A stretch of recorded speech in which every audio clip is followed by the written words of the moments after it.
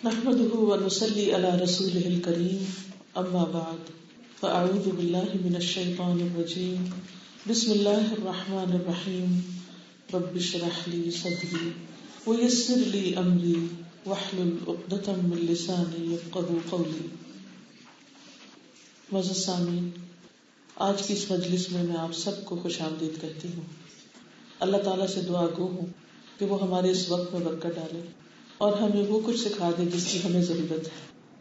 آج انشاءاللہ العزیز میں سورۃ الفاتحہ کے موضوع پر کچھ بات آپ سے کروں گی، کیونکہ سورۃ الفاتحہ وہ سورت ہے جسے ہم ہر نماز کی ہر رکعت میں پڑھتے ہیں، اور بارہا اس کا میننگ جاننے کے باوجود، اس کی تفسیر جاننے کے باوجود، اس کے معنی پر غور و فکر کرنے کے باوجود ہم جب نماز میں اس کو پڑھتے ہیں تو عموماً بھول جاتے ہیں کہ کیا پڑھ رہے ہیں.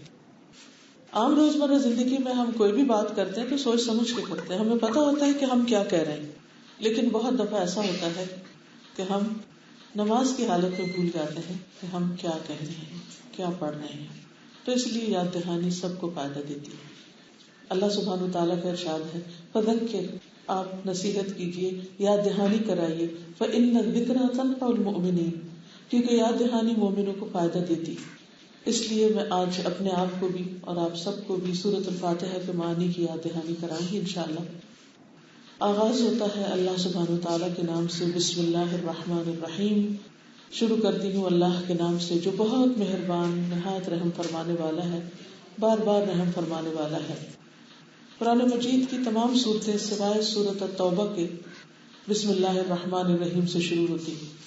حقیقت یہ ہے کہ جس چیز پر بھی اللہ کا نام لیا جائے وہ چیز بابرکت ہو جاتی ہے، کیونکہ اللہ سبحانہ وتعالیٰ کا نام ہی بابرکت ہے، جس کی دلیل ہمیں خود قرآن مجید سے ملتی ہے. تبارک اسم ربک ذو الجلال والاکرام، تبارک اسم ربک ذو الجلال والاکرام، بہت بابرکت ہے تیرے رب کا نام جو جلال اور عزت والا ہے. اسی لیے ہم نماز کا آغاز بھی اسی سے کرتے ہیں، سبحانک اللہم وبحمدک وتبارک اسمک. اسی طرح ہر کام کے شروع میں، ہر اچھے کام کے شروع میں ہم اللہ سبحانہ وتعالیٰ کا نام لیتے ہیں اور بسم اللہ سے آغاز کرتے ہیں. وضو کا آغاز تو لازمی طور پر بسم اللہ سے ہونا چاہیے. اسی طرح کھانا کھاتے وقت کھانے کا آغاز بھی بسم اللہ سے، اللہ کے نام سے. پھر ہر طرح کی تکلیفوں اور پریشانیوں سے بچنے کے لیے صبح و شام جو نبی صلی اللہ علیہ وسلم نے ہمیں دعا سکھائی وہ بھی بسم اللہ سے شروع ہوتی ہے. بسم اللہ الذی لا یضر مع اسمہ شیء فی الارض ولا فی السماء وهو السمیع العلیم.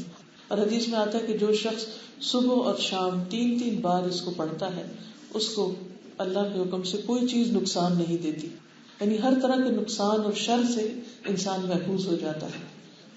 اسی طرح کھانے پر اگر بسم اللہ پڑھ لی جائے تو کھانا کم نہیں ہوتا، اور کھانا کھانے پر انسان کے اندر ایک اطمینان پیدا ہوتا ہے. ورنہ بعض اوقات ایسا ہوتا ہے کہ کتنا بھی انسان کھا لے اس کے اندر ایک بھوک کا احساس رہتا ہے یا ایک ویکنس کا احساس رہتا ہے. اسی طرح اور بھی بہت سی مشکلات میں جب اللہ کا نام لیا جائے تو اللہ سبحانہ وتعالیٰ انسان کی مشکلات دور فرماتے ہیں. جیسے رنج اور غم کے موقع پر جو دعا سکھائی گئی وہ بھی کیا ہے، اللہ اللہ ربی لا اشرک بہ شیئا. یعنی اگر کسی انسان کا دل گرفتہ ہو، اسے کوئی خوف ہو، کوئی پریشانی، کوئی غم ہو، کوئی تکلیف ہو، تو اس وقت اللہ اللہ کہہ کے اپنے رب کو پکارے اور ساتھ ہی توحید کا اظہار کرے کہ لا اشرک بہ شیئا، اس کے ساتھ میں کسی کو بھی شریک نہیں کرتا. کیونکہ کسی کو شریک کرنے کا مطلب کیا ہے کہ ہم پھر اللہ سے نہیں کسی اور سے مانگ رہے ہیں، اور اللہ سبحانہ تعالیٰ کے سوا اور کون ہے جو ہماری حاجات پوری کر سکتا ہے یا ہماری مشکل آسان کر سکتا ہے. کیونکہ ان اللہ علی کل شیء قدیر، بے شک اللہ تعالیٰ ہر چیز پر قادر ہے، قدرت رکھتا ہے، اور اس کے سوا باقی تمام مخلوق اس کی پیدا کرتا ہے، اس کی محتاج ہے. خواہ وہ انبیاء ہیں یا اولیاء ہیں یا بزرگ فرشتے ہیں یا وہ جو عرش کو تھامے ہوئے ہیں یا جبریل ہے جو وحی لے کر اترتے ہیں علیہم السلام اجمعین. لیکن اصل طاقت، اصل قوت، اصل اختیار اور اقتدار اللہ سبحانہ تعالیٰ کے پاس ہے. اس لیے انسان کو ہر مشکل میں، ہر پریشانی میں، ہر دکھ میں اسی کی طرف رجوع کرنے کی ضرورت ہے. قرآن مجید کا آغاز بھی ہوتا ہے بسم اللہ الرحمن الرحیم، اور حقیقت یہ ہے کہ یہ اللہ کا جو ذاتی نام ہے یہ دلوں میں ایک سکون اور اطمینان اور ایک خوشی پیدا کر دیتا ہے. آغاز ہوتا ہے سورۃ الفاتحہ کا الحمدللہ سے. الحمدللہ، سب تعریف اللہ کے لیے ہے، سب شکر اللہ کے لیے ہے. کون ہے اللہ؟ رب العالمین، جو رب ہے ساری کائنات کا، سارے جہانوں کا، سارے عالم کا. بات یہ ہے کہ انسان کس کی تعریف کرتا ہے. سوچیے، آپ کسی کی تعریف کرنا چاہتے ہیں تو کس کی تعریف کریں گے؟ کوئی بتائے گا آپ میں سے؟ جس میں کوئی خوبی ہوتی ہے، مثلاً کوئی خوبی، کوئی خوبصورت ہے تو ہم اس کی تعریف کریں گے. کمال اور جمال، اس کا اخلاق اچھا ہو، انٹیلیجنٹ ہو، اس کے پاس کوئی طاقت ہو، اقتدار ہو. یہ مختلف اسباب ہوتے ہیں جس کی بنا پر ہم کسی کی بھی تعریف کرتے ہیں، کبھی سامنے کرتے ہیں، کبھی پیچھے کرتے ہیں.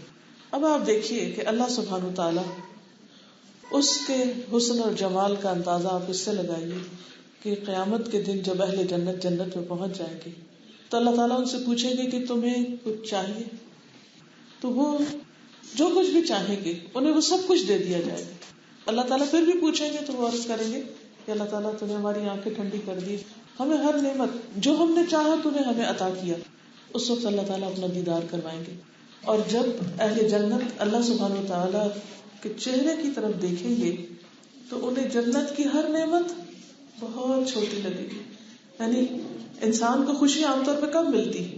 جب وہ اپنی پسند کی چیزیں اکٹھی کر لیتا ہے. پسند کی گاڑی ہو، پسند کا گھر ہو، پسند کے کپڑے ہو، اچھا زیور ہو، اچھا لباس ہو، ہر خواہش پوری ہو تو انسان خوش ہو جاتا ہے کہ میری تو ہر خواہش پوری ہوگی، جو میں چاہتا تھا وہ مجھے مل گیا، اب تو خوشیاں ہی خوشیاں. تو اہل جنت کو یہ ساری خوشیاں مل جائیں گی. لیکن ان سب خوشیوں کو پا کر، جسے کہتے ہیں نا ہائٹ آف ڈیلائٹ پہ جا کر، اللہ سبحانہ وتعالیٰ اس وقت ان کو اپنا دیدار کروائیں گے تو ساری خوشی کے مقابلے میں یہ خوشی کہیں زیادہ ہوگی. تو سب سے زیادہ جمال اس کے اندر ہے، اس کی ذات پاک میں ہے. اور اسی طرح سب سے زیادہ کمال کہ اس نے ہر چیز جو بھی بنائی وہ پرفیکٹ بنائی، اس میں کوئی نقص نہیں رکھا. مثلاً آسمان کی طرف اللہ سبحانہ وتعالیٰ خود حکم دیتے ہیں کہ تم اپنی نگاہ دوڑاؤ، بار بار دوڑاؤ. کیا تمہیں کوئی رکھنا نظر آتا ہے؟ کوئی کمی نظر آتی؟ کوئی نقص نظر آتا ہے؟ انسانوں کی بنائی ہوئی چھتیں کچھ عرصے کے بعد دوبارہ ریپیئر کی ان کو ضرورت ہوتی، لیکن اللہ سبحانہ وتعالیٰ نے آسمان جب سے بنایا، ہم گن بھی نہیں سکتے وہ سال جب سے وہ سب کچھ بنا ہوا. اور اس میں الذی خلق 7 سماوات طباقا، وہ ذات جس نے پیدا کیے 7 آسمان طباقا، تہ بتہ، ایک کے اوپر ایک. ما تری فی خلق الرحمن من تفاوت فرجع البصر هل تری من فطور. تم رحمان کی تخلیق میں کسی قسم کی کوئی بے ربطگی نہیں پاؤ گے، کوئی ڈس آرڈر نہیں پاؤ گے. فرجع البصر، پھر پلٹ کے اپنی نگاہ دوڑاؤ، بار بار دیکھو، غور و فکر کرو. هل تری من فطور، کہیں کوئی رکھنا، کوئی دراڑ، کوئی کمی، کوئی چیز نظر آتی؟ ثم ارجع البصر، پھر نگاہ لوٹاؤ، ایک دفعہ اور دیکھو. کرتین، بار بار دیکھو، جتنی بار چاہو دیکھو. ینقلب الیک البصر خاسئا وہو حسیر، تمہاری نگاہ تھک کر نامراد لوٹ آئے گی. یعنی دیکھ دیکھ کے تھک جائے گی، لیکن تم کوئی غلطی فالٹ نہیں ڈھونڈ سکو گے اللہ کی تخلیق میں. اتنا کمال ہے، اتنی پرفیکشن. اور پھر آپ دیکھیے کہ بے شمار millions and trillions of galaxies جو ہیں وہ اپنے اپنے مدار پہ گھوم رہی ہیں. اور بعض اوقات ایک گیلیکسی جس کے اندر ٹریلینز آف سٹارز ہوتے ہیں دوسری کے اندر سے اس طرح گزر جاتی کہ بغیر کسی ٹکراؤ کے، بغیر کسی مشکل کے. اگر ہمیں 2 کرسیاں بھی ساتھ ساتھ اٹھا کے لے جانی پڑے تو کہیں نہ کہیں ٹکرا جائیں گی، کہیں نہ کہیں کچھ مشکل پیش آئے. کچھ بھی بنانے سے پرفیکشن نہیں ہوتی، کتنا بھی ہم کر لیں. کپڑے رنگ لیں ان کے رنگ اڑ جاتے ہیں، زیور بن جائیں ان کے ڈیزائن پرانے ہو جاتے ہیں. کروڑوں سال سے، ہزاروں سال سے مختلف چیزیں، ستارے، سیارے، اور خود جب سے یہ زمین بنی ہے اس کے اوپر اڑنے والے درخت، کبھی ان کو دیکھ دیکھ کے انسان اٹھتا ہے. ہر سال ان کے پتے جھڑ جاتے ہیں، دوبارہ جب آتے ہیں ہم پھر دیکھ کے خوش ہو جاتے ہیں، لگتا ہے جیسے پھر نیا ہو گیا سب کچھ. تو اللہ سبحانہ تعالیٰ کی ایک چھوٹی سی چھوٹی تخلیق کے اندر بھی غور و فکر کرے انسان، یہ بڑی سے بڑی چیز کے اندر کوئی کسی قسم کا تفاوت اور فطور اور رکھنا اور خلل نظر نہیں آئے گا. بڑی چیزیں تو بڑی چیزیں اللہ سبحانہ وتعالیٰ اپنی چھوٹی سے چھوٹی چیزیں مچھر کے بارے میں قرآن مجید میں فرماتے ہیں ان اللہ لا یستحی ان یضرب مثلا ما بعوضۃ فما فوقها، اللہ تعالیٰ نہیں شرماتا اس بات سے کہ وہ مثال بیان کرے ایک مچھر کی یا اس سے بھی چھوٹی چیز کی، یعنی جو اس سے بھی بڑھ کے حقیر ہو. اور کہا جاتا ہے کہ مچھر کے اوپر ایک پیراسائٹ ہوتا ہے اور اس کے بھی سارے سسٹمز کام کر رہے ہیں. خود مچھر کتنا حقیر ہے اور اس کے اوپر پایا جانے والا کیڑا جو ہے وہ کتنا حقیر ہے اور اس کو کتنا پرفیکٹلی بنایا کہ وہ اس کے اوپر زندہ رہتا ہے اور کس طرح ہر چیز فنکشن کر رہی ہے. اور ایک چھوٹا سا مچھر بڑے بڑوں کی موت کے لیے کافی ہو جاتا ہے. کہا جاتا ہے کہ دنیا میں مچھر کی وجہ سے جتنی ڈیتھس ہوئی ہیں اتنی جنگوں کی وجہ سے نہیں ہوئی. اور ایک مچھر کی کئی 100 آنکھیں ہیں. اور اللہ سبحانہ تعالیٰ کی اس تخلیق پر جب انسان مائکروسکوپک لیول پر غور کرتا ہے تو حیران ہو جاتا ہے, عقل دنگ رہ جاتی ہے. تو اللہ سبحانہ تعالیٰ کی تعریف کیوں؟ کیونکہ اس کی تخلیق میں جمال بھی ہے, اس کی تخلیق میں کمال بھی ہے, اور پھر وہ بندوں پر جو انعامات کرتا ہے. آپ دیکھیں کہ بعض اوقات خود کوئی بہت خوبصورت ہوتا ہے, پیاری سے پیاری چیز آپ کہیں دیکھتے ہیں, لیکن ضروری نہیں اس سے آپ کو فائدہ بھی پہنچے. مثلا آپ کبھی بہت حسین منظر دیکھتے, ابھی راستے میں ہم آ رہے تھے خانے والے سے ملتان کی طرف, تو بہت ہی زبردست آموں کے باغ تھے, اتنے خوبصورت, اتنے بڑے بڑے درخت کے, ایک ایک درخت کو آپ دیکھتے جائے تو دل خوش ہوتا ہے. اب انسان ان درختوں کو دیکھ کے تعریف ضرور کرتا ہے کہ کتنے پیارے باغ ہیں, کتنے پیارے درخت ہیں, لیکن کیا ان درختوں سے ہمیں کوئی فائدہ ہے؟ براہ راست کوئی فائدہ نہیں, ان کے پھل ہم تو نہیں کھائیں گے, تو جو بھی کھائے گا, لیکن ہم صرف اس کی خوبصورتی کی بنا پر اس کی تعریف کر رہے ہیں. اللہ سبحانہ وتعالیٰ نہ صرف وہ خود خوبصورت, اس کی بنائی ہوئی چیزیں خوبصورت, بلکہ اس کی بنائی ہوئی چیزوں سے ہمیں فائدے بھی پہنچتے ہیں. یعنی جو کچھ اس نے بنایا ہے, مثلا سورج ہے تو اس کا ہمیں دن رات فائدہ پہنچ رہا ہے. اسی طرح باقی مخلوقات ہیں, زمین ہے, ستارے ہیں, سیارے ہیں, چاند ہے, آکسیجن ہے اس ایٹماسفیئر کے اندر, یہ ساری چیزیں ہمیں فائدہ بھی دے رہی. تو اللہ سبحانہ تعالیٰ کی ذات خوبصورت ہی نہیں بلکہ وہ انعام و اکرام کرنے والی ہے. تو ہم تعریف کس کی کرتے ہیں؟ ایک تو کسی کی خوبی کی بنا پر, اور دوسرے جب اس سے ہمیں کوئی فائدہ پہنچے. سوچئے اللہ سبحانہ تعالیٰ سے ہمیں یا اس کی تخلیق سے ہمیں کیا کیا فائدے پہنچ رہے ہیں. ہمارا کھانا, پینا, سونا, جاگنا, ہر چیز اللہ سبحانہ وتعالیٰ فرماتے ہیں وَمَا بِكُم مِّن نِّعْمَةٍ فَمِنَ اللَّهِ, تمہارے پاس کوئی بھی جو نعمت ہے وہ اللہ کی طرف سے ہے. فَمَا بِكُم مِّن نِّعْمَةٍ, کوئی نام تو لو کسی نعمت کا. اپنے جسم پر ہی ہم غور کریں, یہ آنکھیں کس نے بنائی, یہ ناک کس نے بنائی, یہ ہمارے اندر کے سسٹم جو ہم نے خود بھی نہیں دیکھے وہ کیسے کام کر رہے ہیں اور کس کس طریقے پر کام کرے. آج تک جتنی بھی ریسرچ ہو چکی ہے, انسان اپنے جسم کے آدھے حصے کو بھی نہیں پہچان سکا, ایک سیل کو بھی پوری طرح بھی ڈسکور نہیں کر سکا, اور اس کے فنکشن کو مسلسل تحقیق جاری ہے. انسان کی عقل حیران ہو جاتی ہے اس رحمت کرنے والے رب کے انعامات پر. تو جب ہم کہتے ہیں الحمدللہ, تو اس کی تعریف کرتے ہیں جو صاحب جمال و صاحب کمال ہے, اس کی تعریف کرتے ہیں جو اپنی ذات میں کامل ہے, اور جس نے جو کچھ بنایا اس کے اندر کمال پیدا کر دیا. ہم اس کی تعریف کرتے ہیں جو صرف صاحب کمال ہی نہیں, صاحب انعام بھی ہے, صاحب اکرام بھی ہے. اپنے بندوں کو اس نے بہترین حالت پر پیدا کیا. لقد خلقنا الانسان فی احسن تقویم, بہترین شکل و صورت پر, اور تمام مخلوقات سے افضل بنایا, اور ہمیں بولنا سکھایا. الرحمن علم القرآن خلق الانسان علمہ البیان. الرحمن علم القرآن, اس نے قرآن کی تعلیم دی. خلق الانسان, اسی نے انسان کو پیدا کیا. علمہ البیان, اسی نے انسان کو بولنا سکھایا. تو جب ہم بولنے والے مخلوق ہیں تو پھر اس بولنے سے ہمیں کرنا کیا چاہیے؟ اللہ تعالیٰ ہی کی تعریف کرنی چاہیے. اور قرآن مجید میں سب سے پہلے اللہ تعالیٰ ہی کی تعریف سکھائی گئی ہے, کیونکہ انسان جب کوئی اچھی چیز دیکھتا ہے تو تعریف کیے بغیر رہ نہیں سکتا. وہ اس کے دل کی آواز ہوتی ہے, اس کا دل چاہتا ہے کہ وہ تعریف کرے, تو پھر وہ اس کی کرے کہ جس کی تعریف کر کے وہ کبھی مایوس نہ ہو.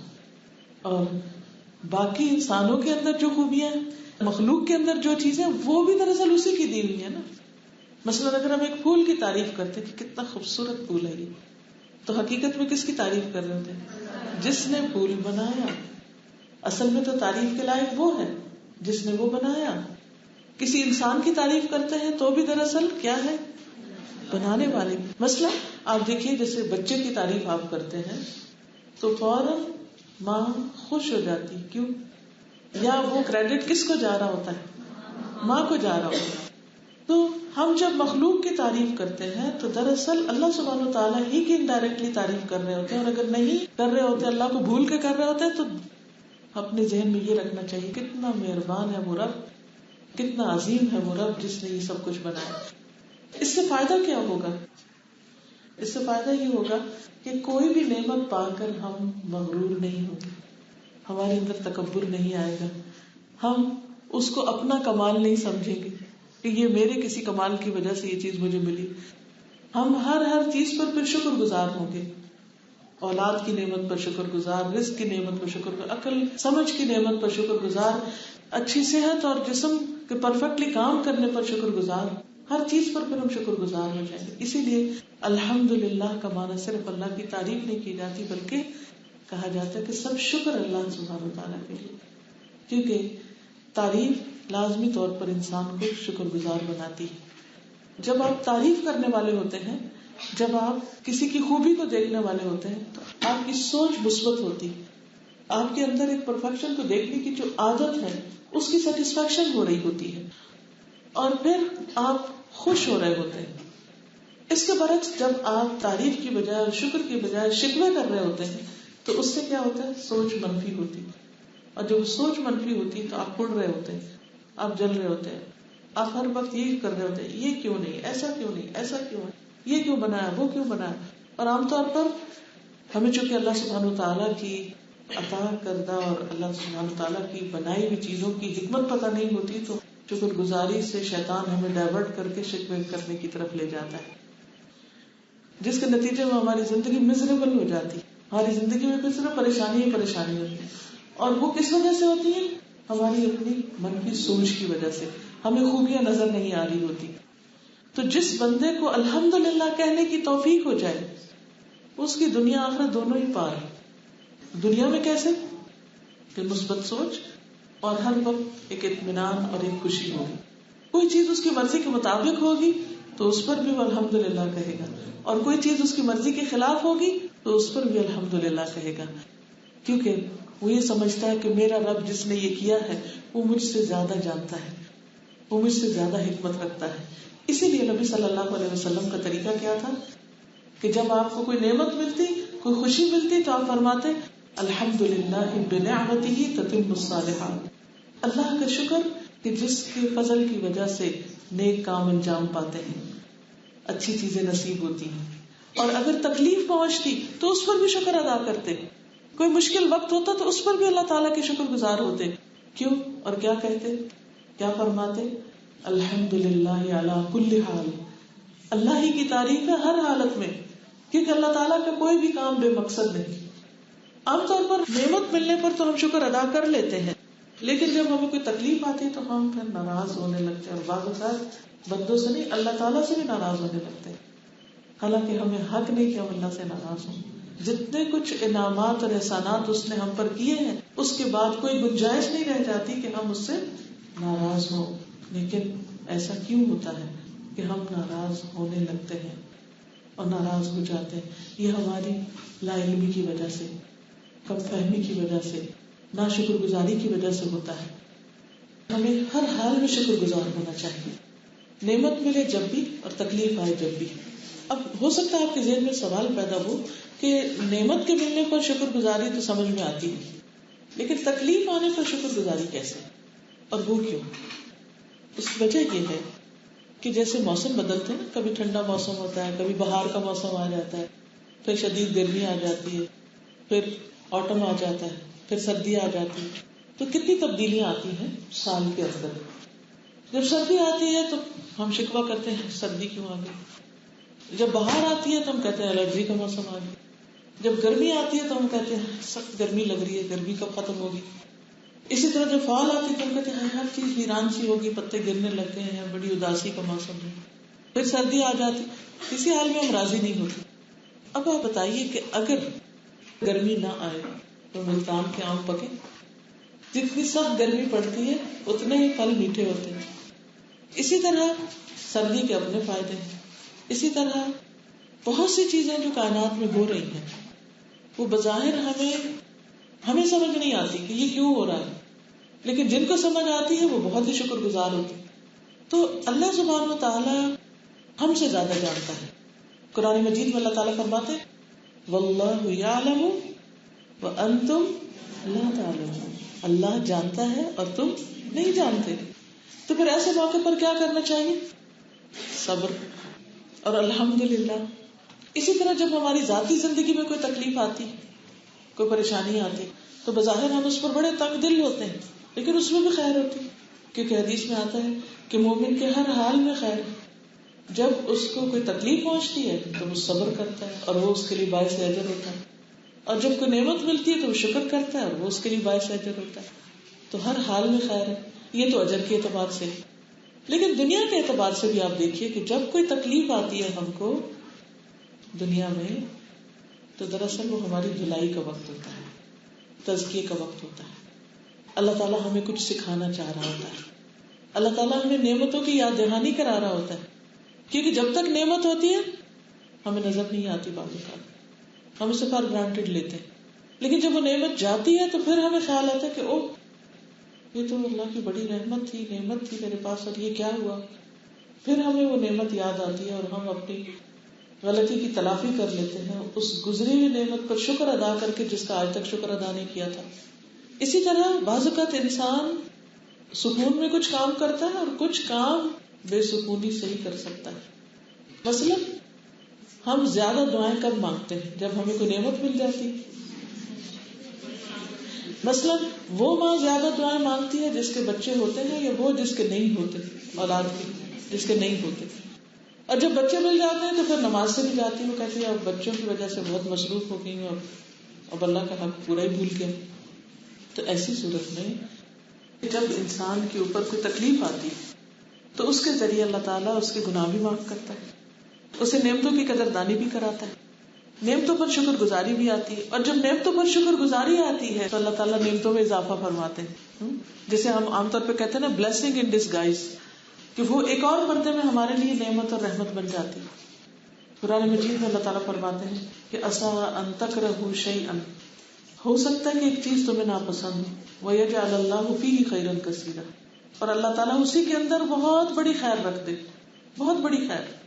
کیونکہ جب تکلیف آتی ہے تو ہم اللہ سبحانہ تعالیٰ کو اور زیادہ یاد کرنے لگتے ہیں, اور زیادہ پکارنے لگتے ہیں. اب جب ہم پکارتے ہیں تو اس کا فائدہ کیا ہوتا ہے؟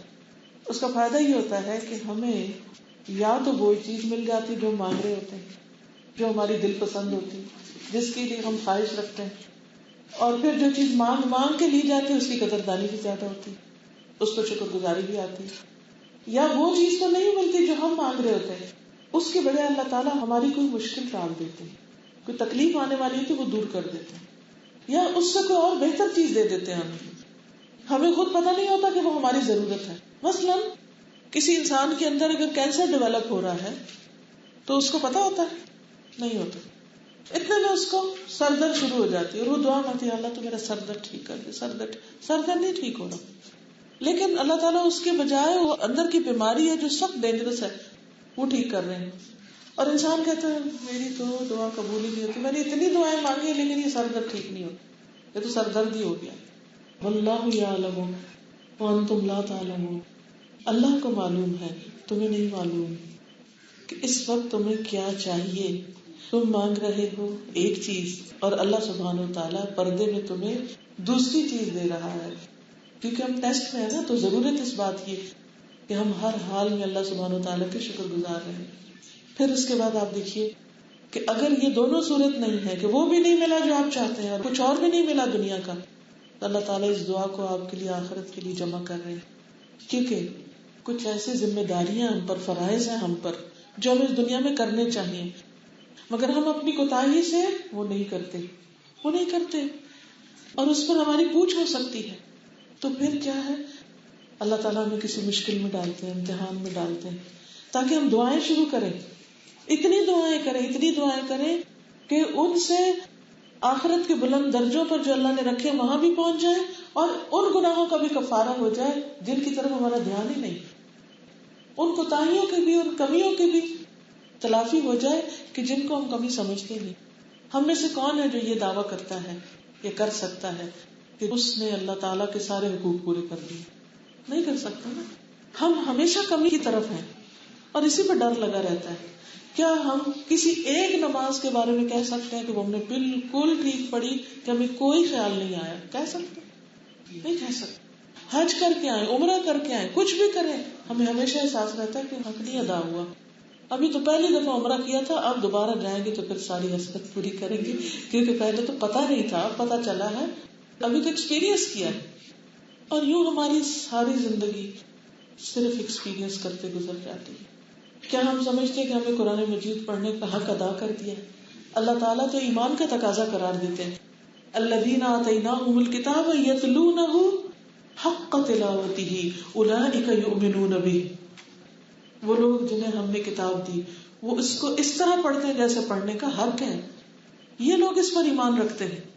تو ہم کیا دعویٰ کرتے ہیں ایمان کا جبکہ ہم اس کا حق ہی ادا نہیں کر پاتے؟ نہ تلاوت کا حق، نہ فہم کا حق، نہ عمل کرنے کا حق. تو ہم تو اللہ سبحانہ وتعالیٰ کے حقوق میں بے پناہ کمیاں کرتے ہیں.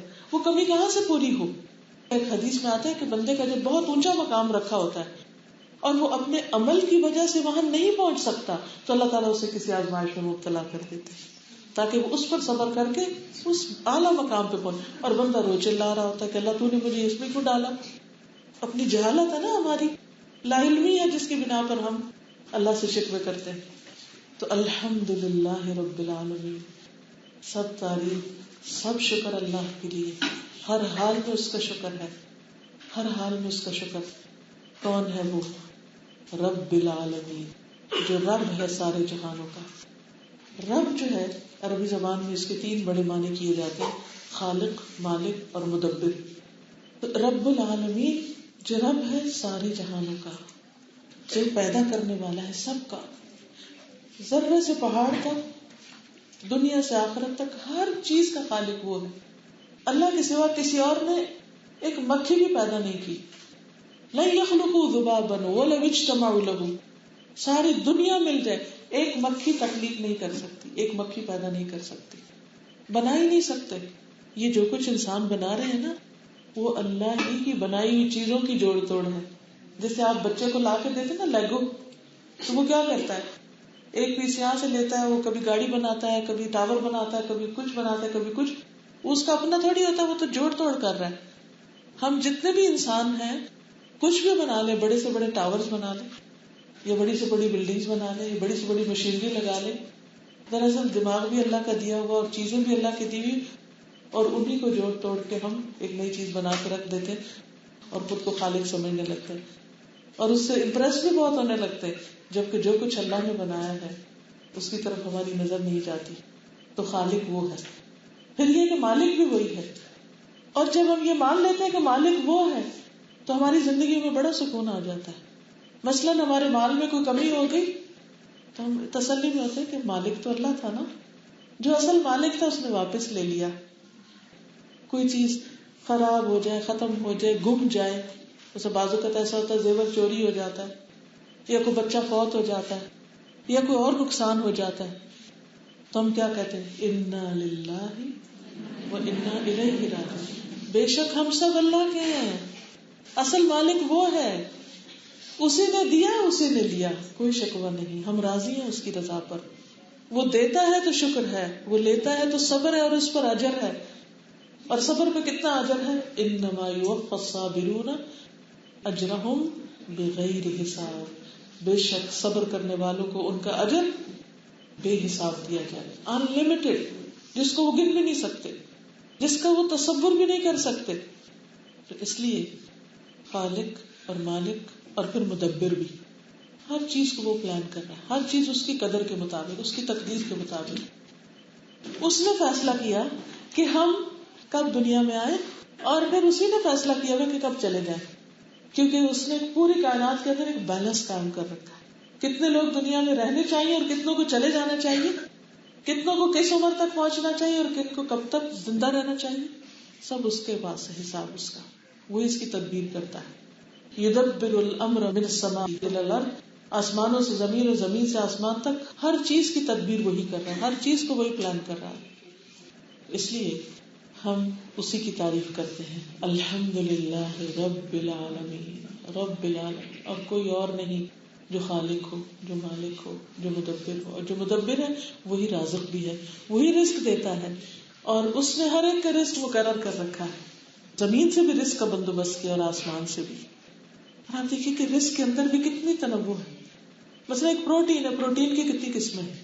اب امیر پروٹین کہاں سے لیتا ہے؟ گوشت سے. اور غریب کہاں سے لیتا ہے؟ دال سے. لیکن دونوں کے لیے اس نے حصہ رکھ دیا. اسی طرح آپ دیکھیے کہ کچھ لوگ فروٹ سے اپنے وٹامنز لے لیتے ہیں اور کچھ فروٹ نہیں کھا سکتے. مثلا جو سیب نہیں کھا سکتے وہ گاجر سے کام چلا سکتے ہیں. انسانوں کے لیے اتنی ویرائٹی کے ساتھ سب چیزیں پیدا کی، اور پھر حیوانوں کے لیے اور انسیکٹس کے لیے اور جنات کے لیے اور ساری مخلوق کے لیے. اور جو جب سے پیدا ہوئے کھا رہے ہیں اور اللہ تعالیٰ کے خزانوں میں کوئی کمی نہیں آ رہی. تو اس لیے سب تعریف اسی کی ہے جو صرف میرا اور آپ کا ہی رب اور خالق اور مالک نہیں بلکہ پوری کائنات کا ہے. اور پھر اس کے ساتھ ساتھ الرحمن الرحیم، بہت ہی مہربان، بار بار رحم فرمانے والا ہے. رحمان عام رحمت ہے اور رحیم میں اس کی خاص رحمت ہے. عام رحمت سے سب مستفید ہوتے ہیں، مسلمان، کافر، فرما بردار، نافرمان، سب کے سب. کوئی نماز پڑھ کے سوتا تو اس کو بھی رزق ملتا ہے، کوئی نہیں پڑھ کے سوتا تو اس کو بھی رزق مل جاتا ہے. دنیا میں سب کے لیے عام ہے اس کا رزق. تو رحمان میں رحمت عام ہے.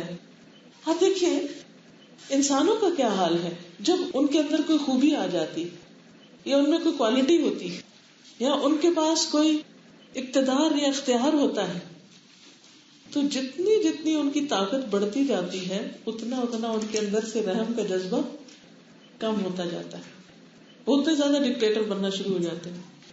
پھر اللہ سبحانہ وتعالی ساری مخلوق کا رب ہے اور اس کے ساتھ ساتھ مہربان بھی بہت ہے. حضرت ابراہیم کی عادت یہ تھی کہ جب کھانا کھاتے تھے تو کسی نہ کسی کو ڈھونڈ کے لے آتے تھے اپنے ساتھ کھلانے کے لیے.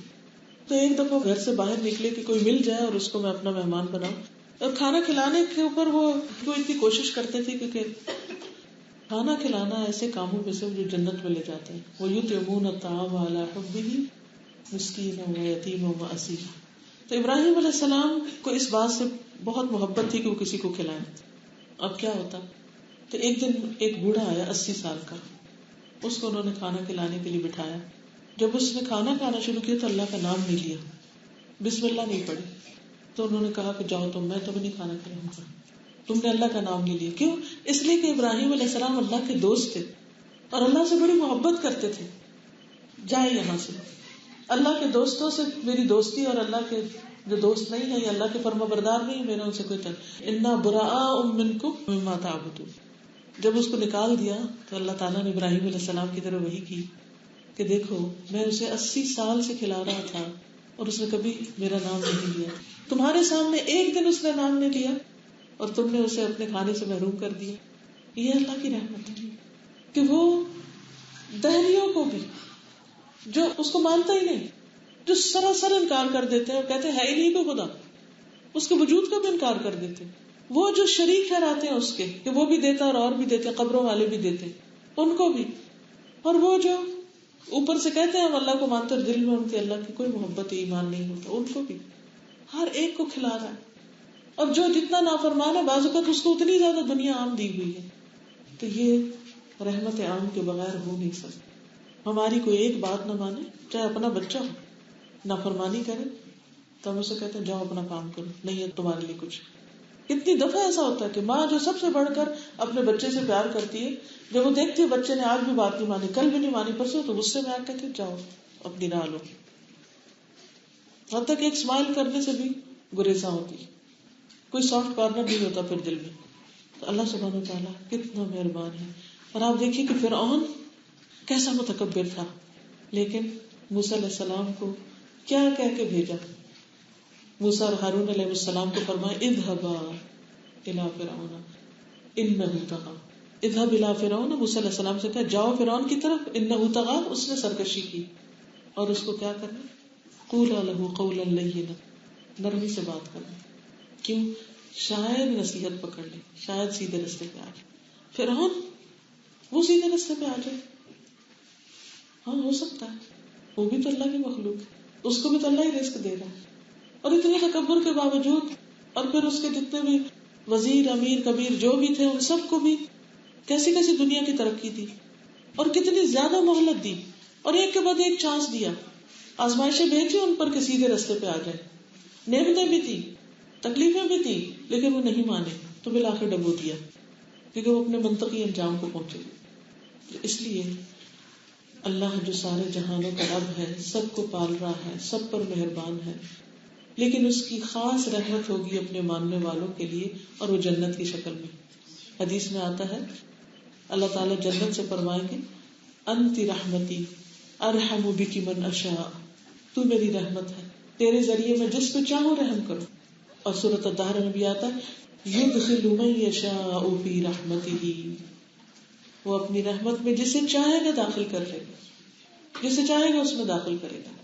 اسی لیے کوئی یہ نہیں کہہ سکتا کہ فلاں کو اللہ جنت میں نہیں داخل کرے گا، کبھی نہ کہے، بھول کے بھی نہ کہے. ایک شخص نے کسی کے بارے میں ایسا کہا تو اللہ تعالیٰ نے فرمایا کہ اس کو تو میں جنت میں داخل کروں گا اور تجھے اس سے محروم کر دوں گا. میرے فیصلے کو تم نے اپنے اختیار میں کیسے لے لیا؟ تو یہ جو اس کی رحمت خاص ہے، یہ اس کے ان بندوں کے لیے ہے جو اس کے فرما بردار ہیں، تابع دار ہیں، اس کی طرف رجوع کرنے والے ہیں. خواہ وہ کبھی بھی رجوع کر لیں، کبھی بھی کر لیں، 100 سال بھی اگر ایک بندہ اللہ کی نافرمانی کرتا ہے لیکن سچے دل سے پلٹ آتا ہے تو اللہ تعالیٰ اس کو معاف کر دیتا ہے. کتنا بھی بڑا کسی نے گناہ کیا ہو، اللہ تعالیٰ فرماتے ہیں کہ اے ابن آدم، اگر تیرے گناہ آسمان کے کناروں کو چھونے لگے اور تو مجھ سے معافی مانگے تو میں اتنی ہی رحمت کے ساتھ تیری طرف پلٹوں گا. بس ضرورت ہے پلٹنے کی، ضرورت ہے رجوع کرنے کی، ضرورت ہے معافی مانگنے کی، کیونکہ اللہ سبحانہ وتعالیٰ معافی مانگنے والوں سے خوش ہوتا ہے، بہت ہی خوش. ان اللہ یحب التوابین ویحب المتطہرین، بے شک اللہ محبت کرتا ہے خوب توبہ کرنے والوں سے اور پاک صاف رہنے والوں سے، پاکیزگی اور طہارت حاصل کرنے والوں سے. اللہ کی محبت حاصل کرنا تو بہت مشکل کام نہیں. انسانوں نے انسانوں کی محبت حاصل کرنے کے لیے کیسے کیسے پاپڑ بیلے. محبت کی جو کہانیاں مشہور ہیں ہمارے ہاں، کیسے کیسی سہرا نوردی کی اور کیسے کیسی تکلیفیں اٹھائی کسی انسان کو پانے کے لیے، اور بعض لوگوں نے اپنی جان تک دے ڈالی. اللہ سبحانہ و تعالیٰ کے لیے سچے دل سے خالص اس کی طرف رجوع کرتے ہوئے توبہ کر لینا ہر گناہ کو مٹا دیتا ہے، ہر گناہ معاف ہو سکتا ہے. ان اللہ یغفر الذنوب جميعا، اللہ تعالیٰ سارے گناہ معاف کر دیتا ہے. شیطان کیا چاہتا ہے کہ ہم نا امید رہیں، مایوس رہیں اور اس کی طرف نہ پلٹیں، جبکہ ہمیں ہر حال میں اس کی طرف پلٹتے رہنا چاہیے. اگر آج تک نمازیں نہیں پڑھی تو سچے دل سے توبہ کر کے نماز شروع کریں. اگر ان میں کوئی کمی بیشی ہے تو اللہ سے گڑ گڑا کے دعا مانگے کہ اللہ تو مجھے معاف کر دے اور آئندہ میں کبھی نہیں چھوڑوں. اسی طرح کوئی اور وعدہ خلافی ہو چکی ہے، انسانوں کے حق میں کوئی کمی ہو چکی، یا ماں باپ کی نافرمانی ہو چکی، یا وہ ہم سے ناراض ہیں تو ان کو منا لیں، معافی مانگ لیں. انسانوں کے حقوق میں انسانوں سے بھی معافی مانگنی ہوتی اور ان کو راضی کر لیں تو اللہ سبحانہ وتعالیٰ اپنا خاص فضل اور رحمت فرمائے گا، کیونکہ وہ اپنے ماننے والے، رجوع کرنے والے، توبہ کرنے والے بندوں پر بہت مہربان ہے. پھر مالک یوم الدین، وہ یوم الدین کا بھی مالک ہے، وہ صرف دنیا کا نہیں، وہ آخرت کا بھی مالک ہے. مطلب اس کا یہ ہے کہ سارے فیصلے اس کے اختیار میں ہیں، وہ جس کو جہاں چاہے ڈالے، جس کے ساتھ جو چاہے معاملہ کرے. تو اس سے بھی ہمیں فائدہ کیا ہے؟ ہمیں فائدہ یہ ہے کہ ہم پھر اسی کی طرف لوٹتے ہیں، اسی کی طرف رجوع کرتے ہیں اور اسی سے خیر کی امید رکھتے ہیں. کسی بزرگ نے کہا تھا کہ میں اس پر بھی راضی نہیں کہ میرا فیصلہ میرے ماں باپ کرے، کیونکہ میرے ماں باپ بھی میرے بارے میں غلط فہمی کا شکار ہو جاتے ہیں، اور ہم سب کو اس بات کا ایکسپیرینس ہے. تو بعض اوقات ہم ایک نیک نیتی سے ایک بڑا ہی اچھا کام کرتے ہیں، ماں باپ کو پسند نہیں آتا، الٹا ڈانٹ دیتے ہیں اس پر، یہ کیوں کیا؟ کیونکہ وہ ہمارے صرف ظاہر کو دیکھ رہے ہوتے ہیں، ہمارے دل کو نہیں دیکھ رہے ہوتے. وہ صرف ہمارا رب ہی ہمیں جانتا ہے، وہ ہماری ساری اندر کی نیتیں، ارادے، کیفیتیں، اختیار، ہماری حیثیت، ایک ایک چیز کو جانتا ہے. وہ فیصلہ صرف ایک عمل کی بنیاد پر نہیں کرے گا، بلکہ یہ بھی دیکھے گا کہ اس کے پیچھے ہمارا ارادہ کیا تھا، ہماری نیت کیا تھی. اور یہی وجہ ہے کہ جب ایک انسان ایک اچھے کام کی نیت کر لیتا ہے اور وہ اس کو کر نہیں پاتا تو بھی اس کے لیے پورا اجر لکھ دیتا ہے. اور اگر وہ کر لیتا ہے تو 10 گنا اجر سے لے کر 700 گنا تک اور اس سے بھی زیادہ دیتا ہے. وَيُؤْتِ مِن لَدُنْهُ أَجْرًا عَظِيمًا. جیسے روزے کا اجر اس نے کیا بتایا کہ روزہ میرے لیے اور اس کی جزا میں خود دوں گے. نمبرڈ نہیں ہے، انلمیٹڈ ہے. صبر کا اجر کیا بتایا؟ انما يوفى الصابرون اجرهم بغیر حساب. انلمیٹڈ. یہ ہے اس کی رحمت. یہ ہے قیامت کے دن اس کے آگے کھڑے ہونے کا فائدہ کہ وہ ہمیں اپنی رحمت سے معاف کر دے گا انشاءاللہ. تو اس کی رحمت کی ہمیشہ امید رکھیں لیکن اس کے غضب سے ڈرتے بھی نہیں کیونکہ سارا اختیار اس کے پاس ہے. اگر اس نے پکڑ لیا، اس نے روک لیا، اس نے محاسبہ کر لیا تو پھر چھوٹ کے کہیں جا بھی نہیں سکتے، کوئی اور بیچ میں آ بھی نہیں سکتا. جب بندے کو اللہ تعالیٰ کی صفات کا علم ہو جاتا ہے پھر بندہ اللہ کے آگے جھک جاتا ہے. ایاک نعبد و ایاک نستعین. صرف تیری ہم عبادت کرتے ہیں اور صرف تجھی سے ہم مدد چاہتے ہیں. ایاک نعبد یعنی ہم تیرے ہی بندے ہیں. اور بندہ عبد کا لفظ جو غلام سے، غلام کا کیا کام ہوتا ہے؟ آقا جو اس کو کہے اس کے مطابق وہ کرتا چلا جائے. اور عبادت جو ہے عربی زبان میں عبادت کا لفظ انتہا درجے کی محبت اور خضوع یعنی ادب اور احترام کے ساتھ کسی کے آگے جھک جانا. عبادت خالی خولی صرف ریچولز پورے کرنے کا نام نہیں ہے. اس میں محبت بھی ہونی چاہیے، اس میں ادب اور احترام بھی ہونا چاہیے اور اس میں جھکاؤ بھی ہونا چاہیے. یعنی جب ہم اللہ اکبر کہہ کے کھڑے ہو تو ہمارے دل میں اللہ کی محبت ہے. ہماری نماز اللہ ہی کے لیے جیسے آتا ہے ان صلاتی و نسکی و محیای و مماتی للہ رب العالمین. کیونکہ انسان جس سے محبت کرتا ہے اپنا سب کچھ اس کو لٹا دینا چاہتا ہے. تو جب ہم کہتے ہیں کہ ایاک نعبد و ایاک نستعین تو نماز میں بھی ہمارے دل میں کیا ہونا چاہیے؟ یا اللہ میرا سب کچھ تیرے لیے ہے اور تیرا سارا فیصلہ مجھے اپنے حق میں قبول ہے اور تجھ پر میرا اعتماد ہے اور تجھ پر میرا بھروسہ ہے، تجھی پر میں توکل کرتا ہوں. تو ایاک نعبد صرف تیری ہم عبادت کرتے ہیں، وہ ایاک نستعین اور صرف تجھ سے ہی ہم مدد چاہتے ہیں کیونکہ اللہ سبحانہ وتعالیٰ کی مدد سے ہی انسان سارے کام کر سکتا ہے. چھوٹے سے چھوٹا کام ہو اور بڑے سے بڑا کام، وہ کس سے پائے تکمیل تک پہنچتا ہے؟ اللہ کی مدد سے. ایک اللہ کا ارادہ ہوتا ہے اور ایک بندے کا ارادہ ہوتا ہے. صرف بندے کے ارادے سے کام پورے نہیں ہوتے جب تک کہ اللہ تعالیٰ کا ارادہ شامل نہ ہو، جب تک کہ اس کی طرف سے اذن نہ ہو، کیونکہ ہر چیز اس کے اختیار میں ہے، اس کے کنٹرول میں ہے. اس کا یہ مطلب نہیں کہ بندہ ارادہ نہ کرے یا کوشش نہ کرے. بندہ کوشش کرے لیکن یہ نہ سمجھے کہ سب کچھ صرف میری کوشش سے ہو جائے گا. اسی لیے دعا کی ضرورت رہتی ہے، اسی لیے اس کو پکارنا چاہیے کہ یا اللہ میں نے ارادہ کر لیا، نیت کر لی، کوشش کر رہا ہوں اور باقی اجر آپ کے ذمہ اور اس کو پایہ تکمیل تک پہنچانا آپ کے ذمہ. اس کا فائدہ یہ ہوتا ہے کہ جب انسان کا کوئی کام ہو جاتا ہے تو انسان کریڈٹ خود نہیں لیتا، کریڈٹ اللہ سبحانہ وتعالیٰ کو دیتا ہے کہ اللہ کی رحمت سے یہ کام ہوا ہے.